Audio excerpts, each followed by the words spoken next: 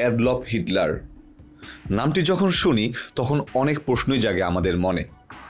তো এর মধ্যে সবচেয়ে বড় যে প্রশ্ন জাগে তা হচ্ছে তিনি ইহুদিদের এত ঘৃণা কেন করতেন এবং কোন প্রেক্ষাপটে এবং কিভাবে এত ইহুদিদের এইভাবে সরিয়ে দেন পৃথিবীর বুক থেকে তিনি।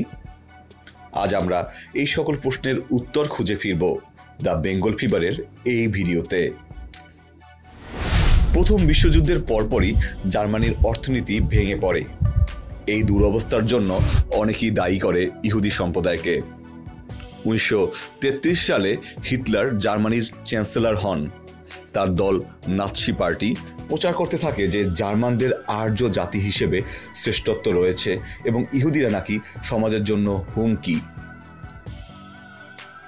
এই মতাদর্শ ছিল একটি জাতিগত শ্রেষ্ঠত্বের ভিত্তিতে তৈরি, তবে এখানে ইহুদিদের ওপর দোষারোপের অনেক কারণও ছিল। প্রথমত, ইহুদিরা তখন ব্যাংকিংয়ের এবং অর্থনীতিতে অনেক প্রভাব রাখত। তারা ছিল ধূর্ত এবং অতি চালাক। এজন্য সে সময় স্বাভাবিকভাবেই তাদের দিকে আঙ্গুল উঠায় নাৎসি বাহিনী। তবে নাৎসি বাহিনীও দুধে ধোয়া তুলসী পাতা ছিল না। তারা চাইতো জাতিগত একটি বিদ্বেষ তৈরি করে রাখতে।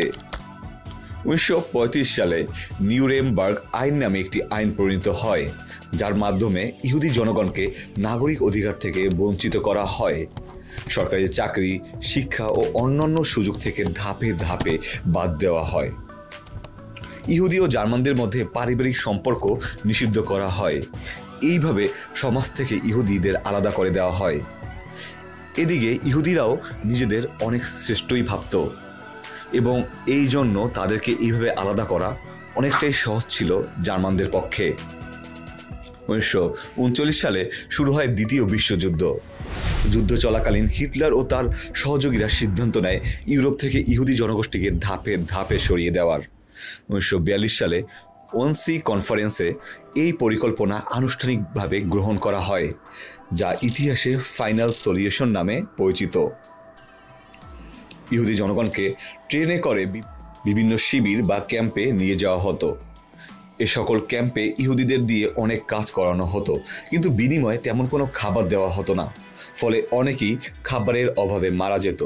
তবে অনেককে গ্যাস চেম্বারে নিয়ে মেরে ফেলার ঘটনাও রয়েছে। মূলত বিভিন্ন অস্ত্র ব্যবহার করার জন্য পরীক্ষা করা হতো এদের উপরে। তবে এমন অনেক ঘটনা রয়েছে যেখানে অনেক ইহুদিদের কোনো একটি নির্জন এলাকায় নিয়ে যাওয়া হয়েছে, তাদেরকে দিয়ে তাদেরই কবর খোঁড়ানো হয়েছে এবং তাদেরকে গুলি করে সে কবরেই ফেলে রাখা হয়েছে। ইতিহাসবিদদের মতে দ্বিতীয় বিশ্বযুদ্ধের সময় প্রায় 60 লক্ষ ইহুদি মানুষ এই পরিকল্পনার শিকার হন। যদিও এই ঘটনার পরে দ্বিতীয় বিশ্বযুদ্ধের নাৎসি বাহিনীর হার হয় এবং ইহুদিরা নিজেদের আলাদা রাষ্ট্র দাবি করে বসে এবং তা নিয়ে এখনও ফিলিস্তিনিদের দুর্দশা চলছে।